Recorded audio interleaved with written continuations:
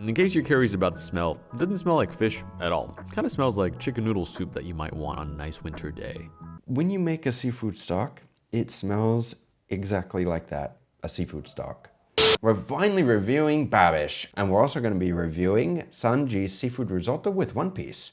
Oh, this is going to be a good video. As you can tell, guys, with the background, I'm trying to enhance the background a little bit. So let me know what you think, but little by little, it's starting to come together. If you are new to the channel, my name is James Makinson, and I've been cooking for many, many years. And if you do happen to enjoy this video, and more importantly, my other ones as well, then be sure to give them a like and a share. But most importantly, don't forget to hit that subscribe button and the bell notification so you don't miss out on any future videos.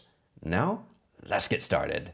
Hello there, welcome back to another episode of Anime with Alvin. Today, I'll be making SANJI'S seafood risotto from One Piece. I have to admit that I don't watch anime. Actually, my very first video that I ever watched was the One Piece live action video on Netflix. This was the first time I've ever seen it. And after this came out, a lot of people have been asking me to remake like one of the dishes. So maybe, I'm not promising anything, maybe we will remake something from one of the series. I don't know, and I don't know when yet. I'm interested to see how this turns out. It's often debated whether this is a seafood risotto or a seafood fried rice, but based on the visual that the rice grains are pale and not separated, I'm going to go with the idea that this is a risotto. One of the items seen clearly nestled within the risotto is shrimp, so I'm going to cut the shells off and remove the little poop tube inside 8 ounces of shrimp. A nice trick is to use paper towel for a little bit of extra grip on that tube. He's doing good cleaning the shrimp. This is very important as well, especially when you get larger shrimp. You want to take out, basically, it's the intestines. It's all the caca, no, that's in the shrimp. You don't want to be eating that. So you can do as he's doing, or you could also run a peri knife down the back, or I've shown this in other videos as well. You can actually take a toothpick and gently pick out the intestines from the rear part of the tail. It's a little tricky, but that's only if you want to keep the shape instead of butterflying the shrimp. And we won't just toss away these shells just yet. Sanji's a pretty resourceful cook, so we're going to find a use for that really soon. Moving on. So here I have a tray of pretty commonly found vegetables and scraps that one might find on a pirate ship. Alright, just gotta go ahead and cut these up really quick. Alright, now that our vegetables have been cut, we're gonna... Oh, that was too fast? Alright, here's what it looked like in slow motion. This is our first time reviewing Babish as well, and he's famous for having like this angle for the camera, never showing his face. I have to admit, it's easier. It really is. That way you don't have to move the camera around and change angles and everything. But it would help a little bit to move the tray out of the way, wouldn't it? To be able to show you how to cut all the ingredients. I'm quartering 1 large onion with the skins, just a rough chop. Cutting up 6 to 8 parsley stems, 2 medium carrots, and 3 celery stalks. Nothing crazy, just a pretty rough chop overall. Another ingredient that we do see in the risotto is octopus. He's going to be using some octopus. Funny thing, I used to live in the Northwest, around the Seattle area, and the Northwest is actually well known for having a lot of octopus. Not that we eat it, but we basically export the octopus to other parts of the world. Here in Spain, Galicia is very well known for having some of the best octopus in the country. There's a trick though to cooking octopus, and it is vitally important that you cook it perfectly. If you cook octopus a little too much, and it is very easy to overcook it, it will literally be like a bloody rubber ball that you stick in your mouth. I mean, honestly, it's very tough if you overcook it. It's worse than chicken breast. So it takes a lot of skill to be able to cook it like perfectly. And in order to cook it more efficiently, I'm gonna go and cut off its legs. Honestly, sounds kinda rough, but when you're on a ship in a vast blue ocean, you take the food that you can get. The final visible element in the risotto seems to be a white ring, which I'm probably guessing is calamari. So I'm gonna cut up 6 ounces of squid tubes into rings. I have a funny story about calamari. So my very first week in Hotel Arts, I arrived from England, and we had a banquet within the next 2 weeks at Cam Now for over 2,500 people, plated, so the whole kitchen was crazy. A few of the guys made some lunch for us in banqueting because there were more than like 30 of us in the kitchen working. And then they set all the food out, you know, the paella, we have some burgers, we have some other things over here. Oh, and we have some onion rings, and I love onion rings. So I went and grabbed a few onion rings, and when I went to buy them, I found out that they weren't onion rings. It was actually calamari. So if you ever come here to Spain, just keep that in mind that If it looks like an onion ring and it doesn't say it, more than likely it's probably fried calamari. Pretty much done here, now it's time to move to the stove.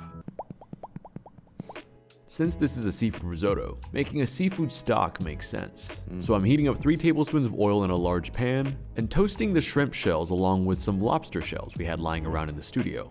This part's always pretty cool. You get to watch the shells go from a dull gray to a nice vibrant and bright orange. So this is good. Anytime that you're cleaning seafood, a trick if you don't want to make the stock at the moment is to save the shells. You can freeze them and then use them later on to make some stock. So a little trick, if you want to get a very vibrant red stock, the trick is to use lobster shells. And the more that you use, the better. But when you're actually using the lobster shells, it is a good idea to crush them as well to extract more color from them and more flavor. Which usually means you can now do some other stuff. I'm gonna go ahead and dump in those octopus tentacles along with the octopus head. And after those cook with the shells for about 2 minutes, I'm gonna pour in 48 ounces of water, followed by all our nice vegetables. The one little critique though I would have about this is that this is not the best method to cook the octopus, because normally you blanch the octopus basically and then you boil it for a certain amount of time, and then depending on how you want to serve it, you may also put it on the grill to just mark it so it's not like, it doesn't look like it's boiled. Here, he is going to be putting it in the risotto later and he's trying to save time. It's just that you want to be a little careful so you don't overcook the octopus.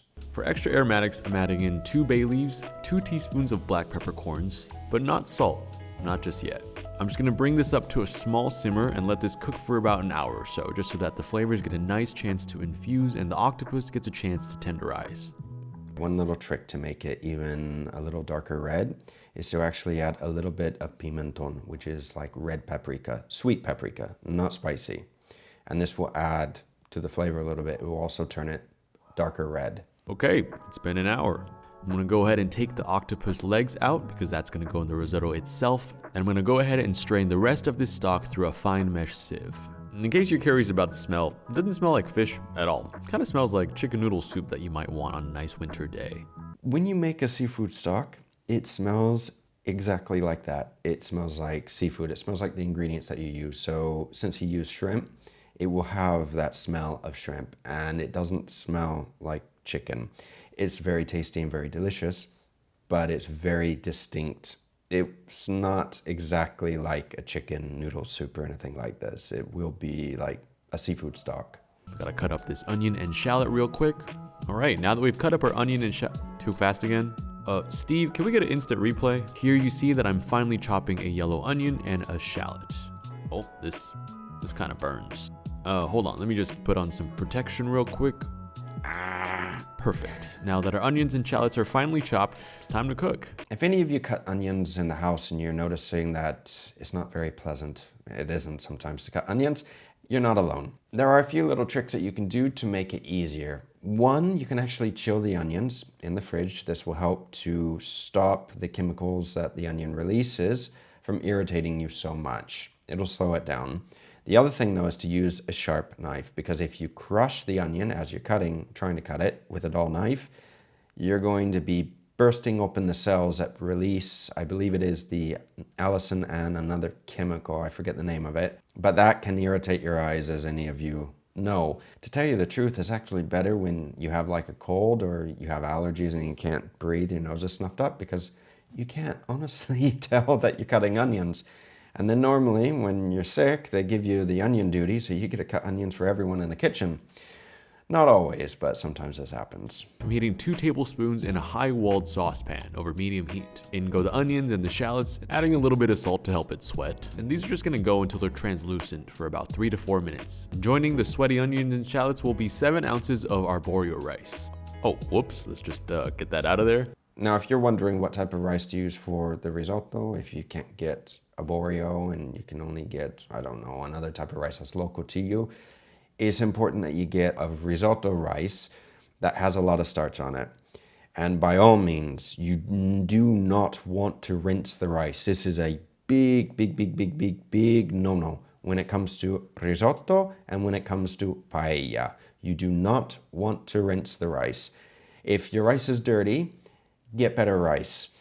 but do not rinse it, because the whole idea of making it is that the starch will be rubbed off slowly during the cooking process, which makes the sauce creamy.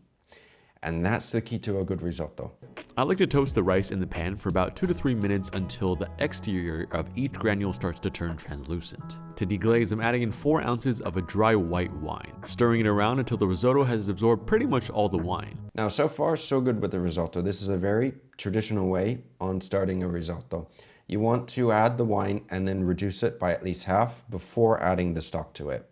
And if you want to prep the rice, meaning you make the rice beforehand, if you're going to make like a lot of risotto for a lot of people, put a timer on for 10 minutes, reduce the wine by half, and within that 10 minutes, you're going to be adding a little bit of stock. The rice is going to par cook basically. Once the timer is up, you're going to take the rice off the heat, put it onto a flat tray, flatten the rice out to cool it down quickly.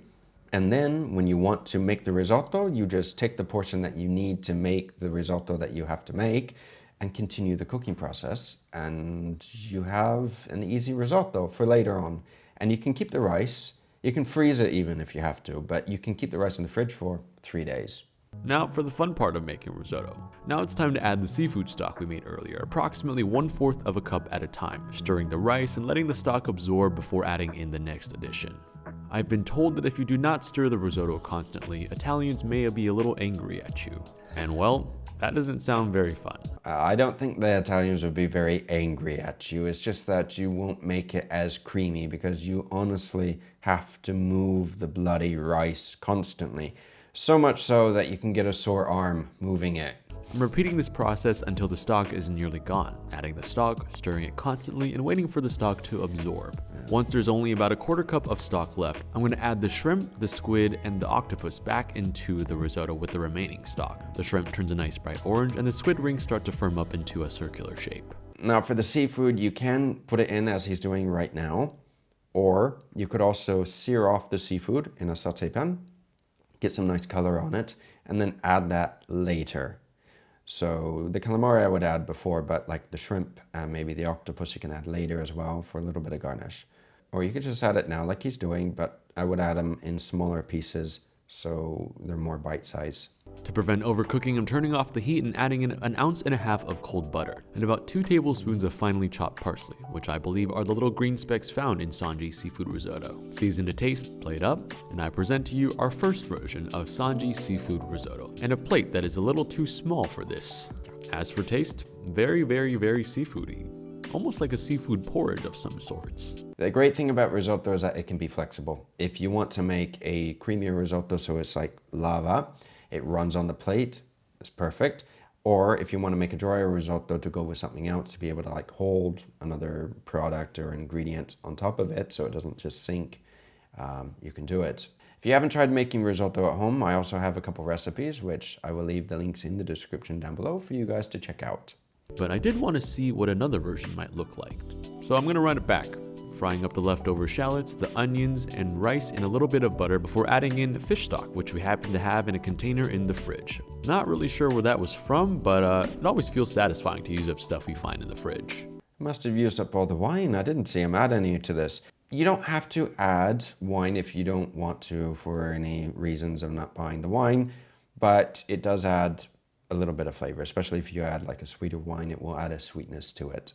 But the important thing is anytime that you're making like a white risotto, you do not want to get color on the onions or on the shallots. No color, you want them translucent. If you are making a darker risotto, then you can get a little bit of color on them as well to get a little bit of flavor as well. You can caramelize them and add a little bit of a sweetness if you want.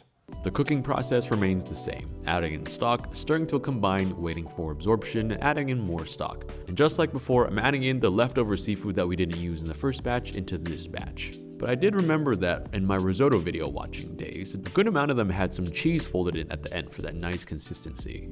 And we did happen to have a lot of Parmesan lying around in the fridge, so I'm gonna fold in about 2 generous handfuls of Parmesan cheese. I know that seafood and cheese usually don't mix, but I was curious to see how this was gonna turn out. That is an old saying, isn't it?